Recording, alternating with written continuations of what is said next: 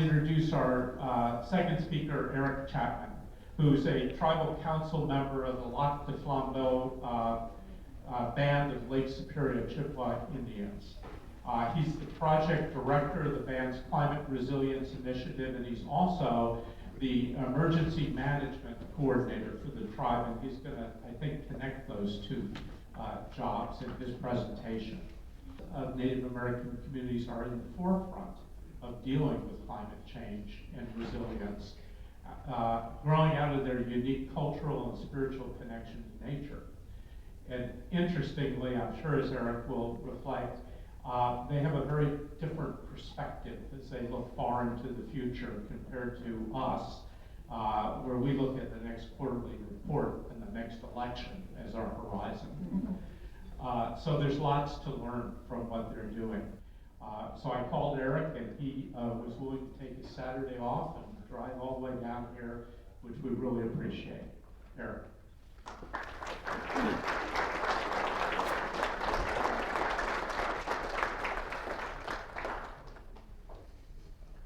Miigwech, that's thank you in Ojibwe. I'd like to thank Roy and his team for graciously inviting me to participate. I also like to say miigwech, thank you to the Menominee tribe. Our teachings tell us that this area was once occupied by the Menominee, and they hunted and fished and gathered in this area. So I mean, no disrespect to Menominee, I'm here to present the Lac du Flambeau tribe's Climate Resilience Initiative today. Just a little bit of history on myself. As Roy had mentioned, I'm a tribal council member, tribal leader for the Lac du Flambeau tribe. I've had that privilege and honor to serve for about 9 years now. One of the other hats I wear is I'm our tribe's Climate Resilience Initiative project coordinator. Through the assistance of Department of Energy, we have a planning grant for that project.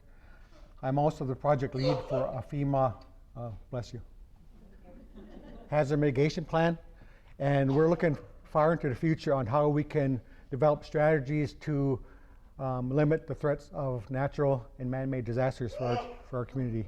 Bless you.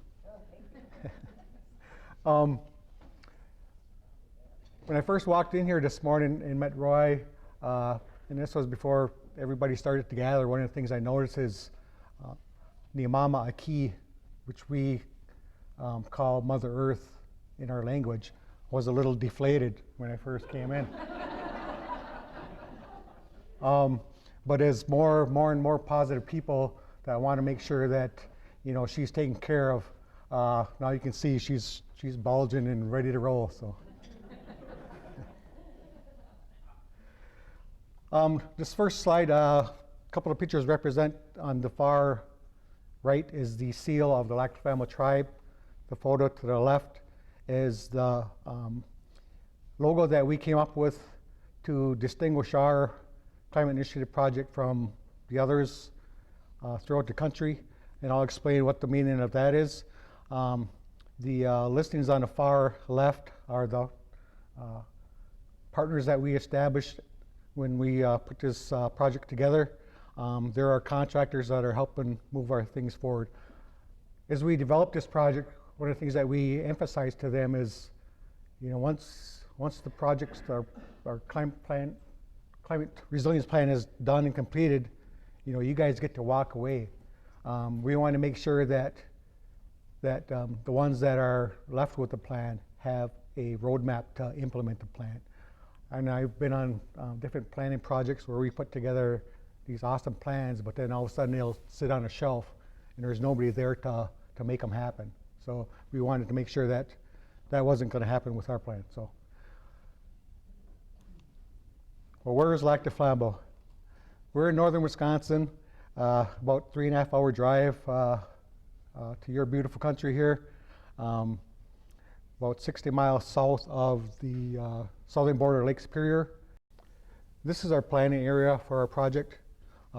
Lac du Flambeau is a name that was given to our community by the French explorers, which stands for Lake of the Flames. And what they've noticed that when they've got to the Lac du Flambeau area, and after dark, they would see these flickering flames on the water.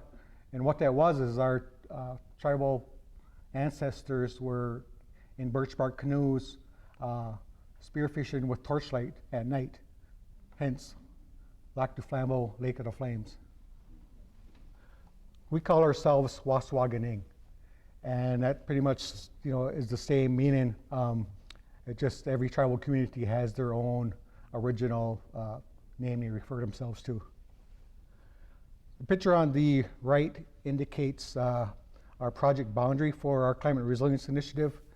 The little black gob in the middle is the Lac du Flambeau Reservation. And the reason why we're going 40 to 50 miles out is that's about the boundary where our tribal members will go off reservation and exercise their treaty harvest rights. The picture on the left represents the treaties that our tribe was signatory to with the federal government. And that's just a comparison of some of the history. The photograph on the far right represents an aerial photo of the Lac du Flambeau Reservation. As you can see, there's several lakes. We call ourselves probably like 50% wet, either lakes or wetland or marsh. And we have some forested land, and majority of the development is along the lakeshore. It's a checkerboard reservation, so there's fee land, tribal land, and allotments on our reservation. On the far left is just some of the statistics on, the size of our reservation, how many lakes that we've identified, how many miles of streams and rivers, and as I mentioned, we have a lot of wetlands and about 21,000 acres of surface water. The picture in the middle represents our logo for our project. As I mentioned, we wanted to make sure that we had establish an identity with this project, sort of our own stamp on this. What that says is Gagige Bermadaziwan Gawin Gayabi Dinasanasnunu. And what that represents and says is everlasting life for our community. The picture in the black and white, black and red, the dome shape figure represents our wigwam that we used to stay in, live in years ago. It also represents our community. The object within the wigwam or dome shape is the weasel, which is a representative of the Martin clan. Our teachings tell us that the Martin clan was one of our 7 original clan members, and they were recognized as being the warrior of our community, and they're fierce fighters. And that Martin is part of this logo because they'll protect those threats that come from the earth. The eagle represents the Thunderbird clan, and the Thunderbird clan protects us from all the things that would come at us from the sky. The Thunderbird clan also is the being that takes our dreams and thoughts up to the Creator. The war club that the eagle is holding in his talons represents that we'll do whatever is necessary to make sure that our tribal future generations are protected. If a community is backed into a corner, you ain't gonna just turn and run away. You're gonna stand and fight and stand your ground. The heart shape of the martin and the heart shape of the eagle represent our spirit within. They say you should always speak from your heart, so you're speaking from your spirit, and we want to make sure that we hear those that speak in a good way. The flowers on the eagle and also within the dome represent the medicines that will help us get to being resilient for next generations. without those medicines, we can't heal ourselves in our community. The feather on the War Club represents accomplishment, and it's similar to military people going to war, like getting their ribbons on their uniform or their stripes on their shoulder to represent accomplishment. The black and red color of the overall logo represent the Bear Clan. The Bear Clan in our communities are the peacekeepers, or they're like the police officers. They would patrol the outer edge of our community to make sure that threats from outside weren't coming and harming our people. The Bear Clan also has a close connection with the medicines that grow within and around our communities, so they're kind of the healers also. But overall, our climate resilience project, pretty much says, this is what we're going to do. We're going to create a resilience plan, increase the capacity of all of our tribal program managers to incorporate environmental impact thinking in everyday management, while at the same time we want to recognize and continue to honor our customs and traditions. So our resilience objectives we recognize as fourfold for this project. We'll conduct a vulnerability assessment of key environmental, health, and infrastructure concerns that threaten our community. Through adaptation planning, we'll identify actions our community can take to be resilient against climate change. We'll also develop a hazard mitigation plan to reduce the effects of both natural and man-made disasters that we may face. And also we want to do our part to reduce our greenhouse gases, and we'll develop a energy use plan to save money and help do our part. So what we wanted to do is we were able to get support from our tribal leadership. Myself and a former staff member, she had moved on to California about a year ago, were brainstorming, and we had shared some things about the amount of snow cover or the lack of ice cover on some of the inland lakes over the last few years prior to us developing this project. And I had shared with her that Native Americans use different indicator species to tell you when it's okay to go harvest a deer, when it's okay to go on a lake and harvest fish. For example, we recognize that it's okay to harvest a deer when there's a certain insect that comes out, and that insect is a fly, and that's a firefly. At night you'll see the fireflies going. That's nature telling us it's okay to go harvest a deer if you need it.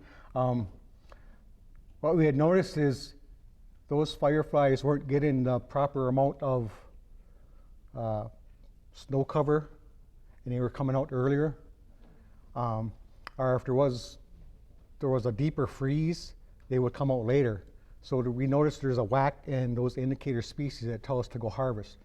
The same thing for, there's a certain willow that tells us, that blooms around inland lakes, that tells us to go harvest fish. If there's a real cold, deep freeze, they take longer to come out to tell us when it's okay to harvest that fish.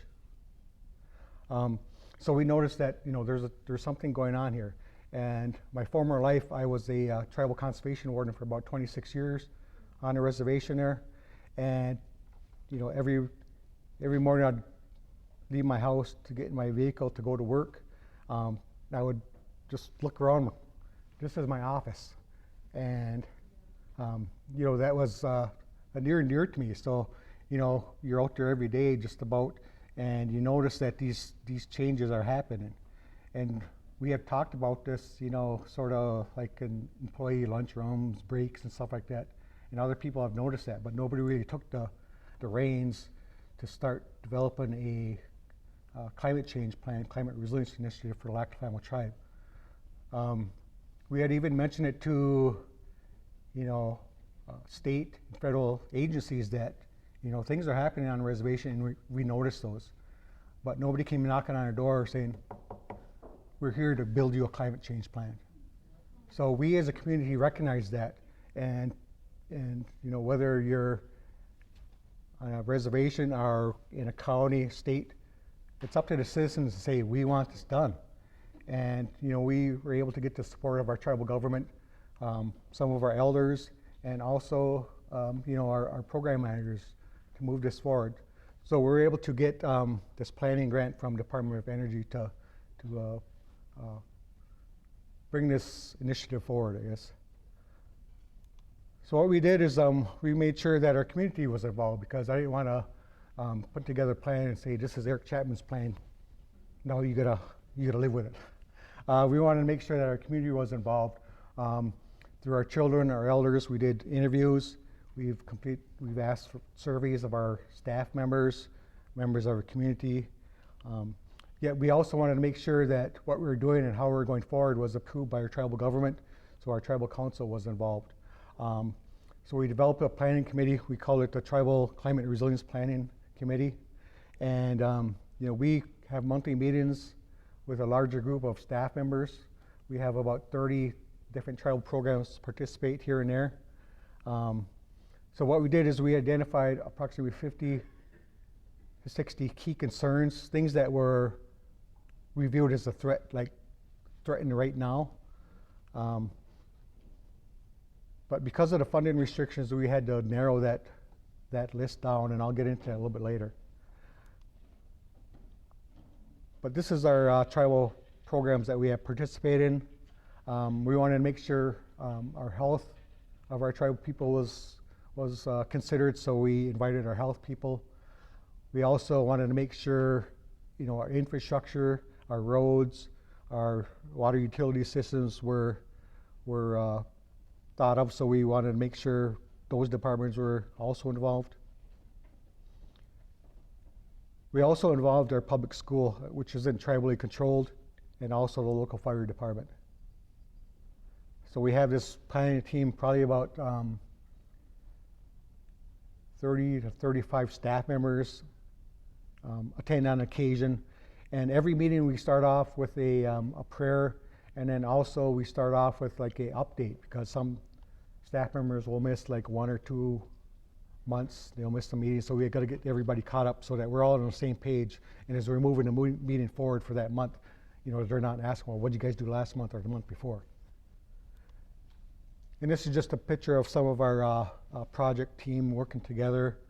We're looking at maps of our reservation to make sure that areas of concern are looked at and reviewed. So why are we doing all this? Well, through one of our other partners on this project, GLISA,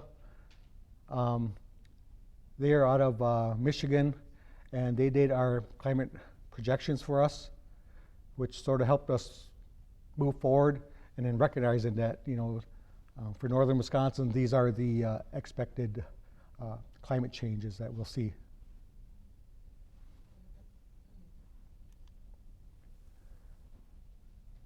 So what we did is we gathered those key concerns, and what we wanted to do is begin to work on assessing their vulnerability. As I mentioned, those 3 areas of concern are environment and natural resources, infrastructure, and public health. As a group, and with input from our community and governing board, we're able to identify 20 natural resource species, 4 infrastructure, and 4 health concerns. Under the community health, we wanted to make sure our most vulnerable populations were considered our elders and our youth. They say that those vulnerable populations are usually the ones that struggle to get through certain changes in climate. The photograph way on the left is a photograph of the 7 major clans that our tribe has recognized. We want to make sure that those 7 clans are also part of the natural resource list that we're looking at and considering. Our concern was if one of those species was no longer part of our community, part of the area that we hunt, fish, and gather, there would be a break in our chain, and we would struggle to survive as a nation. So what we did was we listened to some of our tribal elders, because they're the knowledge keepers of a lot of different teachings that the younger people don't know yet. And it's important to go talk to those knowledge keepers, those elders. And just when I walked in here this morning, I noticed how many elders were in here. and I thought, man, this is getting better and better, because I'm trying to tell you what we're doing, yet you guys probably already know what we're doing, yeah, and why. But yeah, it's awesome to be here to present to you guys today. This is a discussion on wild rice, and wild rice is vitally important to our tribal communities. We still harvest it and process it the old way, I guess. We still parch it over an open fire. We still dig a pit and dance on it, and we still use a birch bark winnow basket to remove the shade from it. Wild rice is also vital to our existence of the Ojibwe in this region.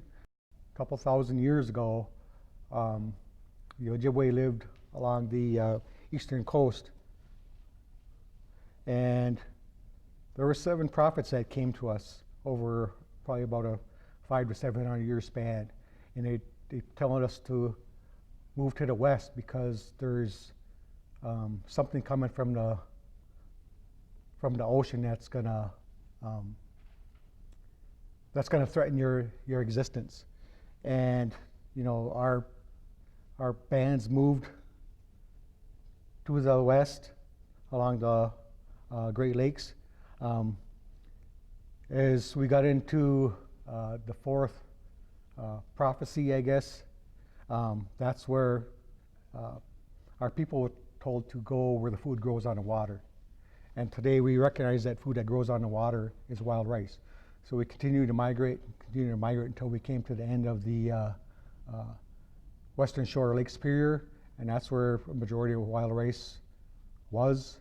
But we couldn't all stay in one area. We had to disperse, and that's where we dispersed to different reservations.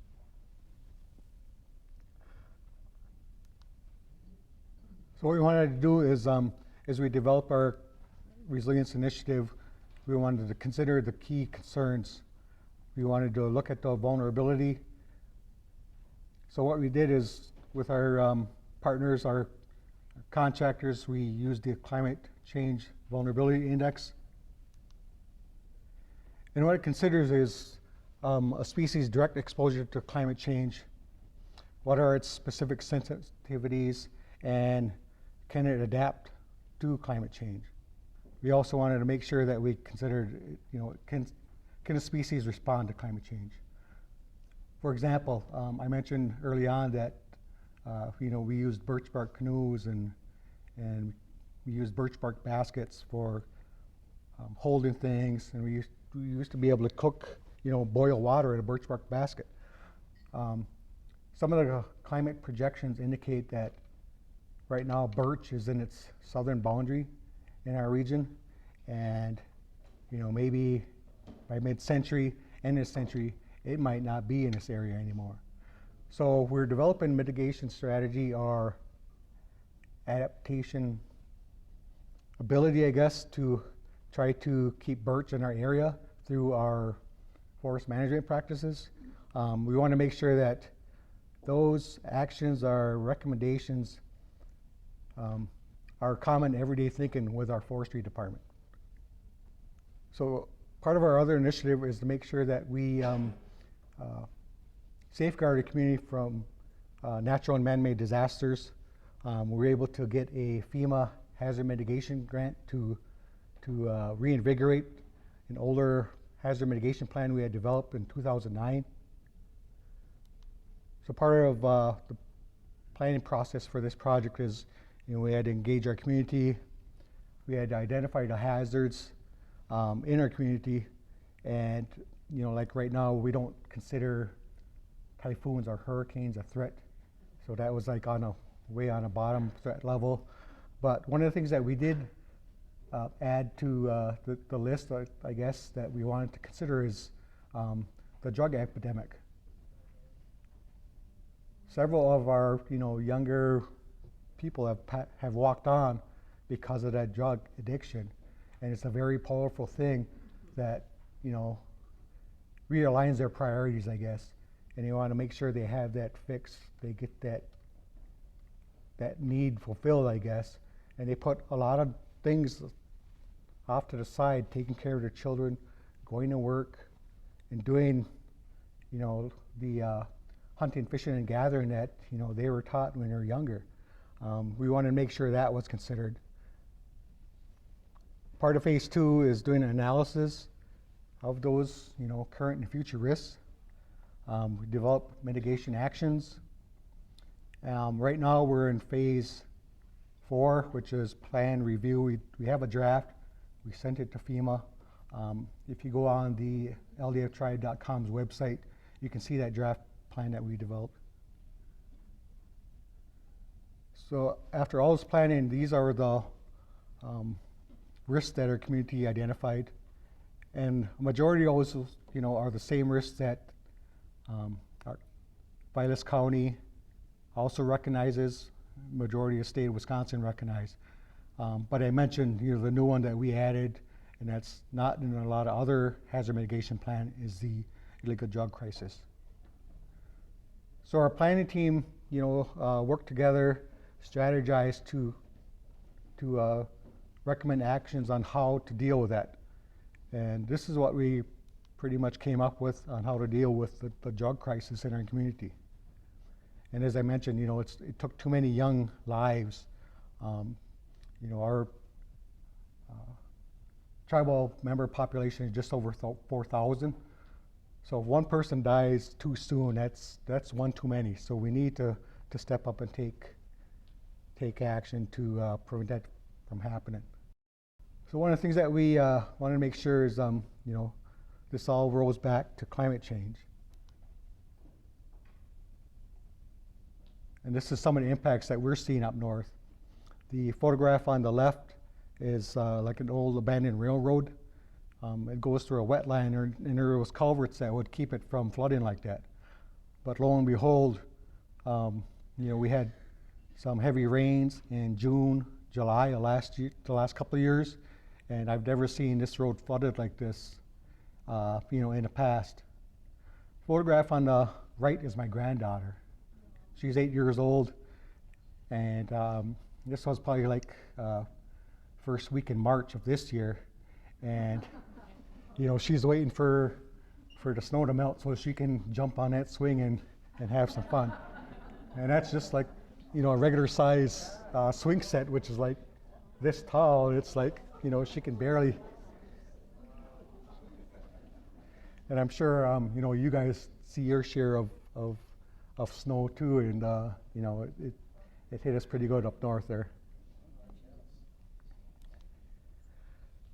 So part of our initiative is also to develop a energy reduction plan.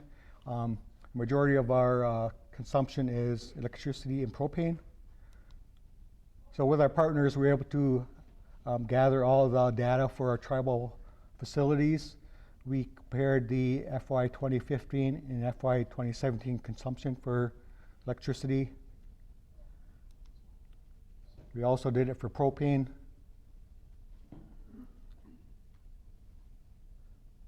So our contractors and us were able to sit down and identify recommendations on how to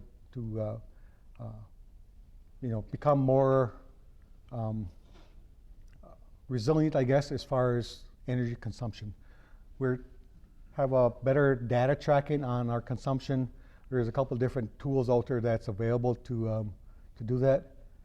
We want to track, fuel consumption by our work vehicles and how much waste our tribal programs are generating. We want to set strong policies. One of the things we're always working for is, that LEED certification. We also want to make sure that we have existing plans that are reviewed and actually implement it. We have a strategic energy plan and also a 25 by 25 plan. For those of you not familiar with the 25 by 25 is by the year 2025, 25% of our energy consumed at our tribal facilities will be from renewable energies. And we're slowly but surely getting there. We're about ready to start another assessment to see where we're at right now. And like I mentioned, we want to do our part as a community to also reduce greenhouse gas effects. So this is our progress to April of this year. As I mentioned, we did community surveys, engaged our tribal leaders, and conducted interviews to identify those 20 species for infrastructure and for health concerns. We developed the climate projections with GLISA, our other partner. We also, did the vulnerability assessment of those 20 species, and right now we're working on the adaptation actions on how to make sure those 20 species are here to stay not only for us today, but my children, my grandchildren, and the children that will follow them. We've gathered our energy consumption data. We've just gotten approval from our governing board on the energy reduction plan, so we're going to be moving that forward. We also analyzed the natural and man-made threats to our tribal community, developed a draft hazard mitigation plan, and as I mentioned, that plan is in FEMA's hands for review right now. So why are we doing all this? And this is why we're doing all it. Picture on the far left is a spring peeper, and we recognize that species as an indicator of health. If you lose your frogs, you're the ones that come out at night, especially this time of year, and make their noise and croak and chirp and spit or whatever they got to do. That's an indicator of a healthy wetland system. The photograph in the middle is a monoman, or wild rice stand. In order to grow monoman, you also have to have clean water and clean air. Photograph on the right, of course, is the representative of thunderbirds. As I mentioned, the bald eagle. They feed on fish. If you don't have, clean ecosystem, clean fish, what happens to the bald eagle. So just a couple things I also wanted to share is our teachings tell us that Gitchi-Manitou, which we refer to as the Great Spirit, created all these species and put them here on the Mama Aki, Mother Earth, and they lived in peace and harmony. And the Great Spirit lastly created the Anishinaabe, or man. And those animals, plants, insects, fish, they were told to take care of us. And they recognized that they're here for us, we're not here for them. But right now we see struggles of those species, and that's why we try to develop these adaptation plans to help them be here for years to come. Also, our teachings tell us that those species sacrifice themselves to us. For example, you go out and get a deer, or you go on a lake and get a fish. Those species are giving themselves up to us to nourish ourselves, and we can only pay homage to those species by offering a sema. A sema is tobacco, and to Native Americans that's a sacred item. And what you do is you give thanks to that deer, that fish, that bucket of sap for providing for you. We're also taught that everything has a spirit. Everything has a purpose here on Mother Earth. If it didn't have a purpose, then it wouldn't be here. So we recognize that connection, and once a species leaves that connection, that's very troublesome. And you heard the gentleman before mention about all the species that have become extinct. Well, it's up to us stand together and say no more. We're going to stand up and we're going to speak for those species. We're going to speak for that wild rice. We're going to speak for that fish. We're going to speak for that bear. I think that, it takes a community to be able to recognize that they're being threatened or something's going on. But it also takes a community to fix it too. And in order for you, me, my tribe, the other tribes in the country, and everybody, we have to stand up and say no more. We have to do something to reverse climate change. Miigwech, thank you.